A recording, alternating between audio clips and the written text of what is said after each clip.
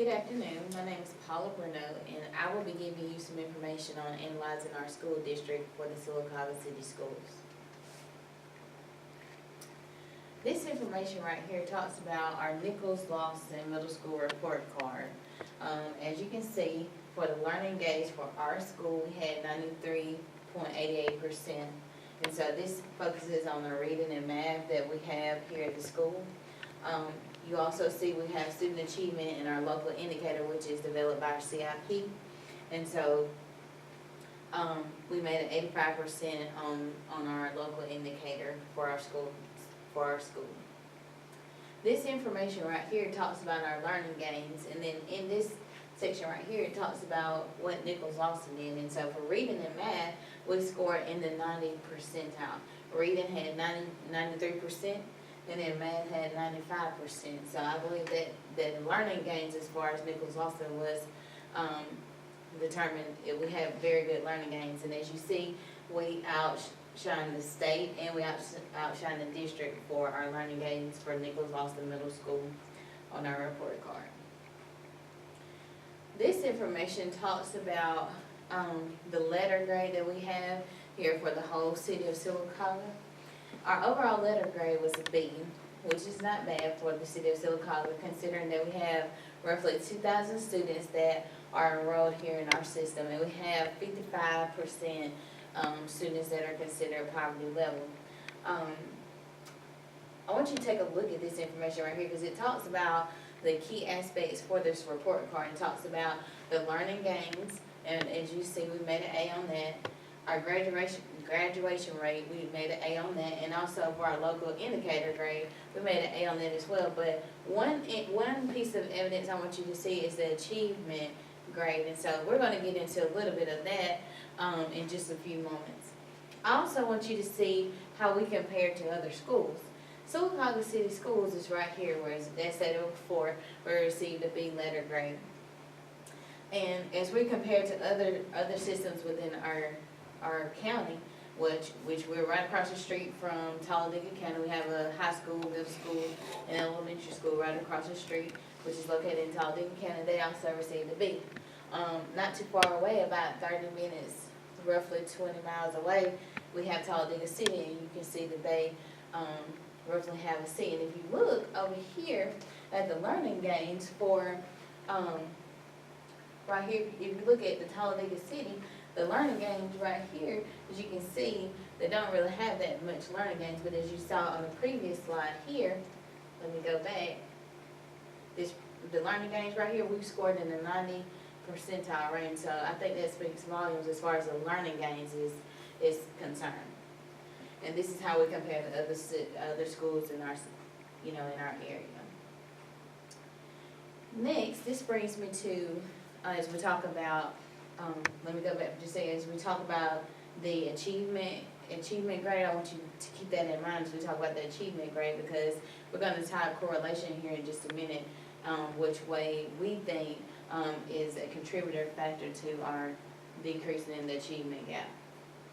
In our school system, over the past couple of years, you can see we kind of had a stagnant amount of Black individuals that work for our system. We also had pretty much a stagnant amount of white, and so with the Hispanic, female and male, you can see it's pretty standard across the board. So it's almost like when one leaves, one is replaced, that type of things. But as you can notice, the demographics for our school system, there's a discrepancy there.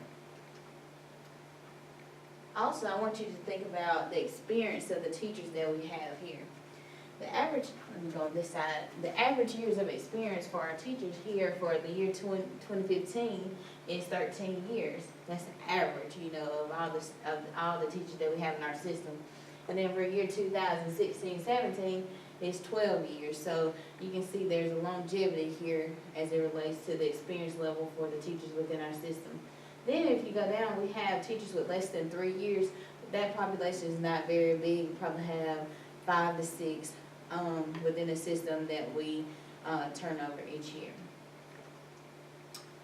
Next, I want you to take a look at the education level of most of the teachers here within our system. Quite naturally, a lot of them have their bachelor's degree, but then 49 to 43% of them have a master's. And then you see each time the degree goes up, the amount of people that hold those degrees go down. So I want you to take a look at this right here, because this ties back to what I was talking about before about the demographics within our school system. As we are currently trying to recruit diversity here within our school system to help students be able to connect with students as it relates to diversity here. So as you can see, this is the breakdown of teachers that we've hired from the various schools. And as you see, we do have some HBCUs within the teachers that we have here within the school system, but you can see it's a very small amount. So we're looking to promote this in our school system. Diversity issues. Teachers' perspective.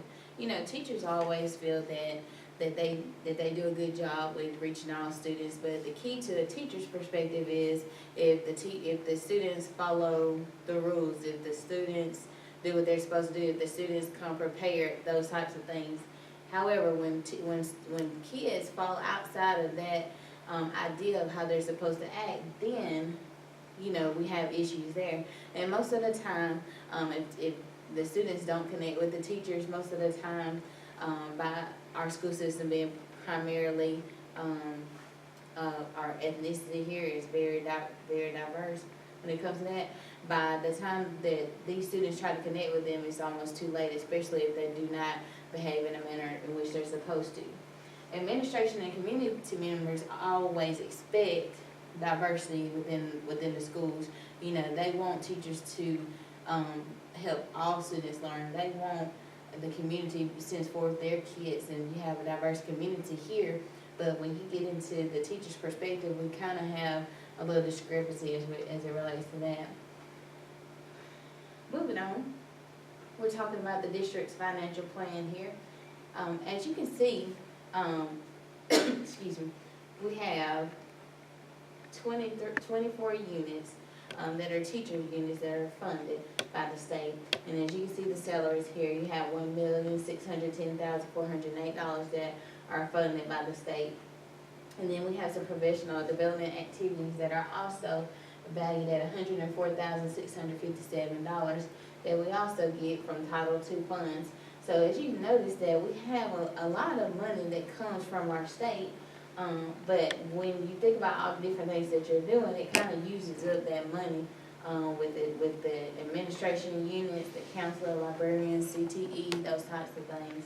So you want to keep that information, and if you look all the way down here, you see where we started and you see what the outcome is. And so once you do that, you see that we don't really have enough coming from state to fully fund what we have going on here. So we have supplemental funds that we also use as well.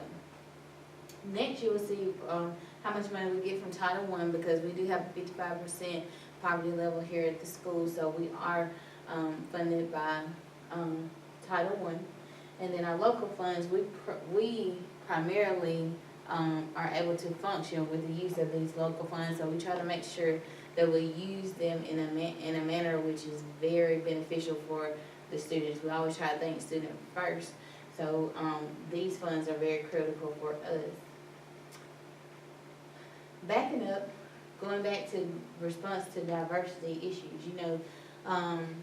within a couple of weeks ago, we kind of experienced some things that kind of tested our diversity here, but since then we've bonded, we've had different team building activities that we kind of try to implement here, and then we reevaluate our policies to make sure that we are following up and we're staying current with the date. So we use this hashtag every time that we are promoting our school and things like that we are family. Alright, so my conclusions about policies and ethics. I believe that policies are evident in our school. They are beneficial if you get buy-in from everyone, not just a few. Each year we're assigning cohorts, and diversity is one of our cohorts that we do try to focus on. And we do look at data. We receive data from the students, we receive data from stakeholders, and we receive data from students and teachers as well. The future expectations for Sylacauga, I want you to take a look at this survey, because in this survey, we polled the students to see what could we do here at Nichols Lawson to help bridge this gap and help the students to feel more welcome here at our school. So in that, I want you to see these students felt like that they just wanted someone that's able to convey a positive message. You know, they want teachers who can teach and not give up on them, and they want teachers that help them. They also want a culture in the classroom where teachers are nice and they're understanding. So you would think that this type of stuff is very evident, or it should be evident with our educators. However, these students don't feel that way. So we're trying to do things to help the students feel what we want them to do. And so we're going to do that by analyzing this survey information. We're going to create a game plan, which we have a committee set up, and where we're going to roll some things out as it relates to this survey. We're going to follow through with the procedures, but the key point is to involve everyone. This just goes back to talk about, we're going to create a team, revamp our policies and procedures, and follow through with our decisions and make sure that we have equity across the board. One last thing I want to take a look at is this information here that was passed by President Obama in December 2015 that really states that they wanted every student to succeed. You know, you kind of think about the No Child Left Behind, but this is really talking about making sure that, I don't care if the students come from the very lowest of the world to the highest of the world, or the lowest of the environment to the highest of the environment. You want every student to have the same quality education no matter what.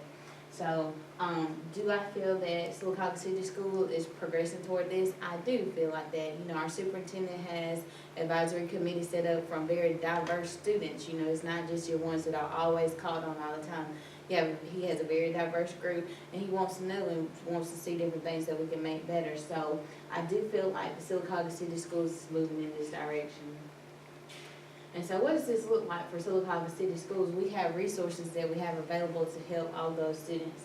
Also, we're a Title I school, so since we're a Title I school, we are provided funds to be able to do things. And then we have AmStyle, which also helps us in our science department.